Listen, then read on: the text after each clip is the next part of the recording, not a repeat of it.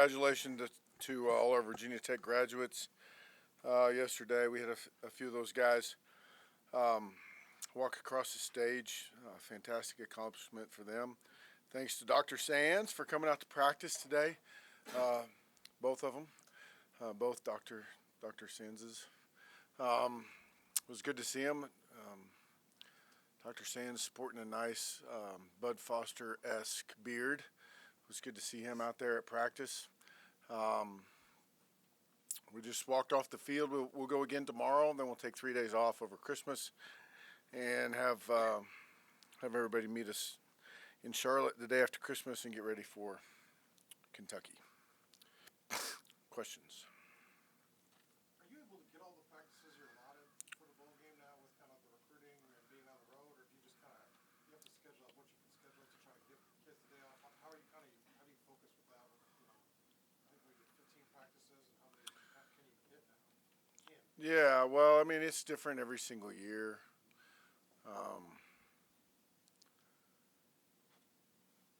I mean, there's a law of diminishing returns. You know what I mean? And needless to say, we have several irons currently in the fire. So there's a time for us to practice and work on getting better and preparing for the bowl game. And then, we got to give our guys some time off too. I mean, between finals and the holidays and recruiting and all the other things going on. So we just, as soon as we know what date we're playing and what date the bowl site expects us to be there, we just build the schedule accordingly. From what you studied, give us an overview of Kentucky defensively. What are their strengths and what are they doing well? They're playing great team defense. They're huge up front. I mean, humongous.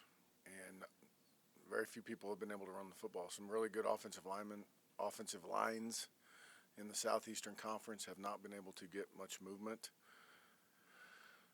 really at all. I mean, I've watched some games where the other team, it seems like they never cross the 50-yard line. I mean, they just can't get much going on. So very well coached and comfortable in their scheme there. Offensively, obviously their quarterback, who was a wideout, is number one. He's a unique and special talent. I mean, I turned on the film expecting to see a small guy, and he's certainly not. I mean, he's over 200 pounds. He's, 6'1", maybe, something like that, and can really run. I think it's a pretty cool study on not just scheme and what they're doing on the offensive side of the ball, but how they've adapted, and ultimately about him as a player. To go from playing wide out to quarterback is a pretty big stretch, and he seems to have done it seamlessly. You look at your own run game matched up with that defense, and they can't take out, but thinking more about the running back run game as opposed to quarterbacks, jet sweep, some of that. How would you evaluate the progress you've made this year? So evaluate the run game, but not perimeter run and not quarterback run? But in terms of what you've gotten out of your running back production-wise? Well, I think Deshaun's been really productive. He's done a great job. I mean, he's a smart, heady player and has been really efficient and effective for us. I know you're a little short-handed coaching-wise in this. Do you integrate Tracy and Daryl Tapp into this, or do you promote guys that had smaller roles to fill that for this particular game? Yeah, I've let Bud kind of tell me what he wants to do, how he wants to handle it over there. Right now, they're just in kind of an observing role. We'll handle it in-house for the bowl game. Who are the guys that have coaching roles? Pearson, Sparber, and Jack Tyler. With in amongst that group, I know you'd mentioned the other day that you were kind of up in the air about what you're going to do about defensive line coach for this stretch. Who's kind of overseeing that out of that group? Sparber. Okay. I know you addressed this the other day, and you have a couple of times now, but I was absent. So. But you're going to bring it up I again. sure am. So with your. There's that word "but" again. Got to add that to the list of words you don't like. With the coaching changes in particular, you were not a guy that had a ton of coaching changes when you were at Memphis. I guess Barry left for the DC job at Mizzou. Yeah, he took a cornerbacks coach, and another cornerbacks coach that came and went, and then a defensive line coach. And other than that, you kept pretty much everybody and had everybody around during that stretch. Is it your philosophy that at some point during a stretch and during a tenure that change is good? Sometimes it's good to bring in different guys just to get different perspectives, and maybe that's part of – I mean, some of this is out of necessity. I get that. This change is here, but I didn't know if that's something you had pondered and thought about as far as trying to get different perspectives and changes there within that type of framework. I would say that I do not believe in change just for the sake of change. I don't think that I do think it's important that we continue to evaluate things on a consistent basis, like with open and honest eyes. Kind of like we were talking about in recruiting the state of Texas. Like if you'd asked me when we got here, I said no, but we continue to evaluate those things and have those discussions. So, no, I would never say, blanket statement that it's good to liven things up or freshen things up, and we're going to make changes every so often.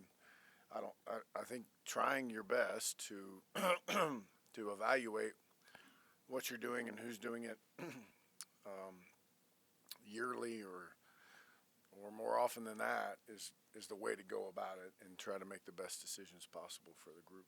And then switching gears to when you look at Hendon's progress over the course of his 6 or 7, I guess, 7 starts. What have you been most impressed about with him as a passer? And I kind of asked that question with the addition. Is he are his reads pretty limited right now? Is he sort of a 1 or 2 read guy and then go from that point? Because I know he's running the RPO stuff. I just didn't know about the passing aspect. We haven't limited him. And we saw it a little bit heading into the bowl game last year. I thought he made a stride in terms of development and understanding a year ago. And he's just continued to do that. So, no, we have not limited him. He's capable of handling all of that stuff. We still play to his strengths, but I just see he just continues to be more comfortable and I don't know if efficient is the right word, but accurate throwing the ball too, and mechanically continues to improve. But it's you stand behind him at practice and you figure out really quickly that he absolutely knows. The play may not work, right? It may not, and the end result may not be positive, but you can stand behind him and you know that he knows exactly what's going on in all phases of what we're trying to accomplish. Ryan was clearly your guy to start the season. You felt comfortable with him. What you saw in the preseason, certainly what you saw at the end of last season. Is there any part of you that looks back at it and thinks, what would have happened if we had started Hendon from day one? Well, here's how I would answer that. I would answer that question the same way I answered the 2 before. I think it's important that we sit down and evaluate how we came to those conclusions, what the results of those decisions were, which is fairly obvious, right? And make sure we discuss so the next time we're in that situation, hopefully we can, make a good decision. Sticking with the Hendon topic, for a young quarterback, bowl prep with a little more time, and I know they get some time off and all that. Does it help a young quarterback to have longer to prepare for an opponent? And do you change the way maybe you teach or work with him in that time? I do think it's nice to be able to really dive into an opponent when you're not on like a 6-day turnaround. I do like that part of it. But the shoe's on the other foot too. Like you have a defensive coordinator that's looking at the offense for almost whatever that is. It's almost a month, right? It's a month. I know when I was the offensive coordinator, that was the feeling I had. Like we were playing in the Rose Bowl or we were playing in the Fiesta Bowl, and it was like a month and a half. That's when the games were like on January 10th. And it's like, you feel a little bit like you have to change things up sometimes just because you know that there's another person in another city that's spending the exact same amount of time on you. And so, you know, I know you asked me about quarterback play. I've kind of gone off the rails here. But so there is a little bit of that in terms of making sure you don't do too much, making sure you give something a little, you know, you're prepared to handle wrinkles. It's nice for the quarterback to be able to slow down a little bit in the preparation and maybe get a chance to get a little more in depth with what they're going to see. Hey, Coach, how you doing? I'm great. How are you? I'm hanging in. I know you guys are going to be taking some time off, but, I mean, what's the excitement like in the locker room? I mean, they got to be excited for playing in a bowl game. I mean, Sure. how excited are you and how excited are you guys? Well, I think our team is anxious to play. I mean, it's still a ways off, but I think our team is really would like to play well. You know, that's the feeling I get from them. You know, they know that we have a bunch of guys that are coming back next year, and they're excited about that as well. So, you know, I'm anxious to, you know, eventually get to the bowl side and really get into the preparation week of playing the game. Me personally, I mean, I'm honored that we get to go, but this is not a complaint, but my plate has been so full here lately, I haven't had a chance to get excited. You know, like we've just had a lot going on. You know, we're anxious to get to that preparation week right now. Couple more.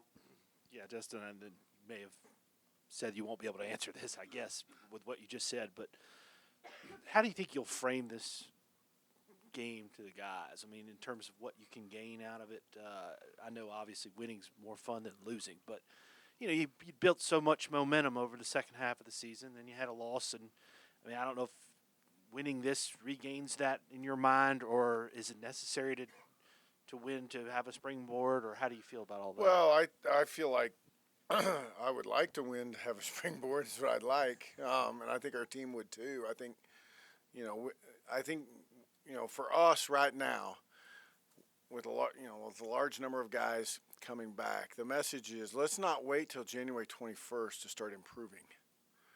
Yeah, we have this opportunity right now with many guys that'll still be on this team next year. So let's not waste all this time leading up to when we come back for the spring semester. Let's start that improvement now, and that's what we've been working towards. And I've been really pleased with the way we've practiced, good versus good, you know, and with an eye towards Kentucky. But you know, that's kind of our talk is. We would not be doing our team in 2019 or 2020 due service, okay? We would not be doing them right if we just said we're going to wait till we go get better to try and win games. We're playing this game for next year as well, and we just get to do it with a few seniors that are on their last go around. I know some of those early practices were focused on the young guys. Who are there some guys that redshirted or we haven't heard much about or seen because they're not playing that have made strides kind of either in the last couple of weeks or this fall that you kind of got to focus on here this last month? Well, I mean, the one that comes to my mind right first, and mostly because of what I saw of him out there today, is Amari Barno. He's a junior college kid that we're going to redshirt. I'll have 2 years left, but I mean, he made 2 plays today. It was pretty crazy. I mean, so he still has a long way to go, but he's just athletically, he's just made some plays that are eye popping. He's an outside linebacker. Yeah, the boundary linebacker. I don't know. I wish I had the list in front of me. That's the one just because of today that I would say, you know, was pretty impressive. You know, J.R. Walker's another one that I think just continues to improve, that we're going to be able to redshirt. He'll play in this game, but is one that continues to get better. And then do you have anybody injured that's sitting out or is going to miss the game? Not that I know of yet. I mean, we still have some time here. Thank you, Coach. You bet. Foster coming